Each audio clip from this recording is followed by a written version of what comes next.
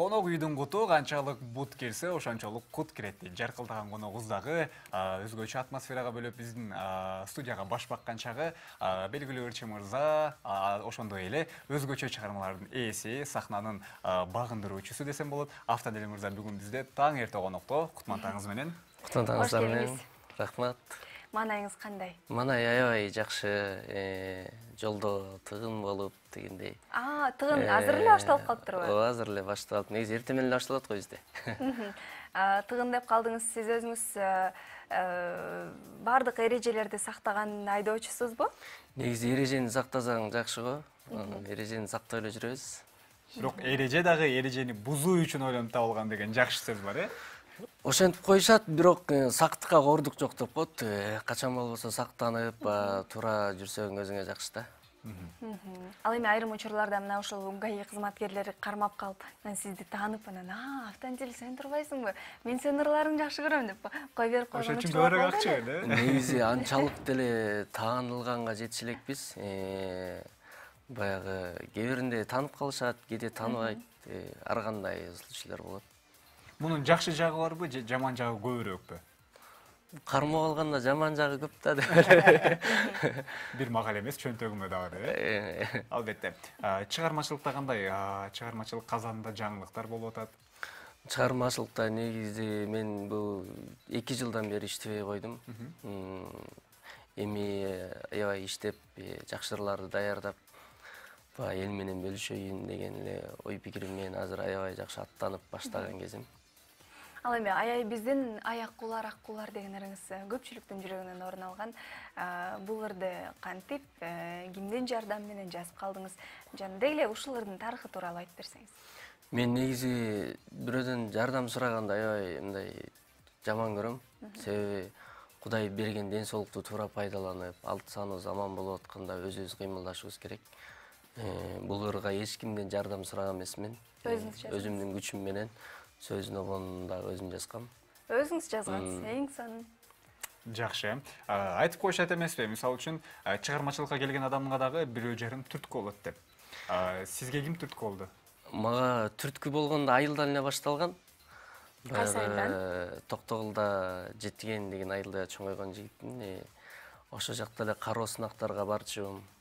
Ошол жактан башталып, бул жакка келип Күреңкебайга тапшырып, Күреңкебайда окуп, анан кафелерде иштеп, анан ушинтип жүрөктө болгон талантты кичине элге көргөзүп коюш бул максат эмеспи? Ооба.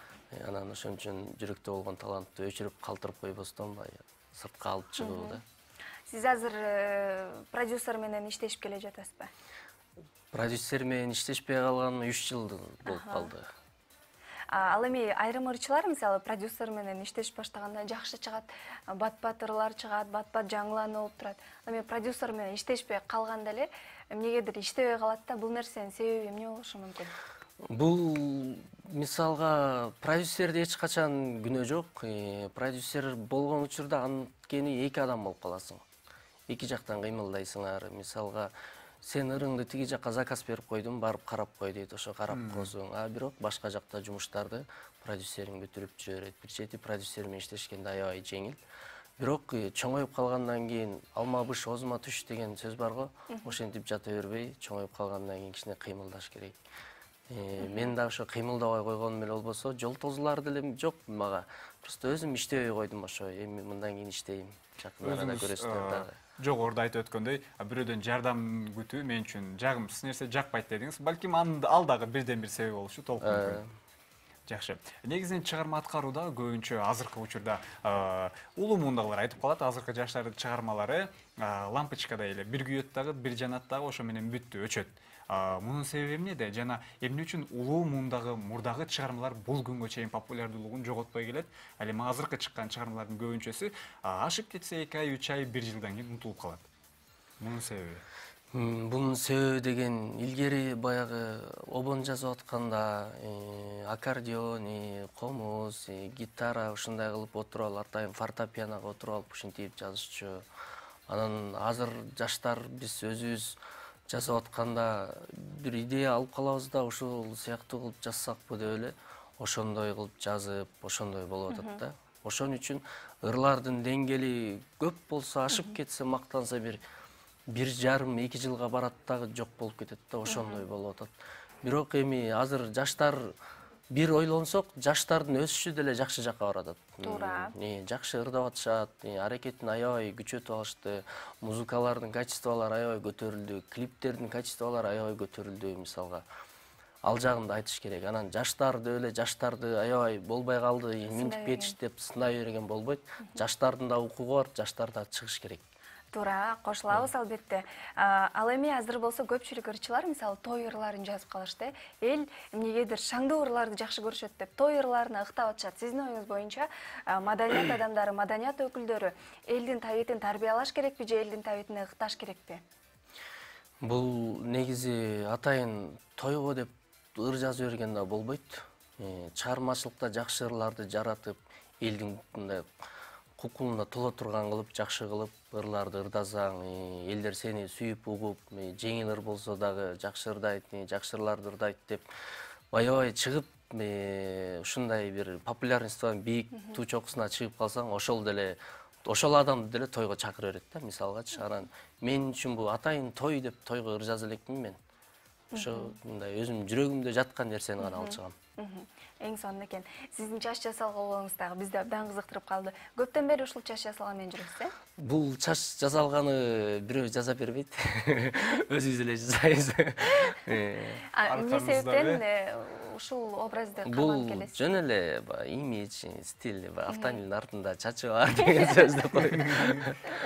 Көз чачууну айтканы бар, бул чачымдын аркасындагы өзгөчөлүк мага ийгилик алып келет деп. Балким сиз дагы ошондой. Мага да ошондой. Бир мисалга сел коем. Бул жылдын ичинде мындай кылышым керек, 1-2 жылдын ичинде мындай кылышым керек деген селдерди коем. Ошон үчүн өстүрүп баштаймын да. Сиз Кыргыз Республикасынын эл артисти болгондо чачыңыз жакка чейин өскөн. Жок, кыртырып турабыз да. Көпүрөдө Кара жаным деген клипиңизде көпүрөдө калтыраганыңыз байкалып калган. Чындыгында кандай сезимдер болду эле ошол клипке азыр кайтып келбейлиби? Ал сезимде кийинки жашоомду элестете албай үстүнө чыгып алып ушундай болгон. Кийинки жашоом барбы же жокпу деп. Бирок ошо клиптин деңгээли дагы бир жакшы болсо экен деген ой менен аябай эле режиссерлордун иштеген аябай жакшы болгон. Жаш балдар болчу. Чуркашып ушундай деп аябай жакшы образга кирип болушунча аракет кылганбыз. Эми кандай болгонун мен айта албайм, аны эл таразалап эл чечет. Туура. Акыркы сурообузду узатып кетели, биздин айрыкча кыздары кызыгып атса керек. Качан үй бүлө дегиңиздин аттанасыз? Негизи ушундай үй бүлө тууралуу суроолорго көп жооп бере бербейм да. Балким мен үй бүлөм бар, балким жок. Сыр бойдон калсын. Сыр бойдон калышын гана күтөм. Ал эми биз сиздин чыгармачылыгыңызга гана көп болуп суктанып жүрө берели. Азыр кайсы ырды аткарып бересиз? Азыр Жагамбы деген ырды. Келиңиз анда. Суранабыз. Сахналуу. Жалпыңыздар үчүн Жагамбы аттуу музыкалык чыгарма Автандил мырзадан болсун. Андыктан экранга жакыныраак отуруп, музыка багытына, музыка кемесине бирге түшөлү. Кеттик анда.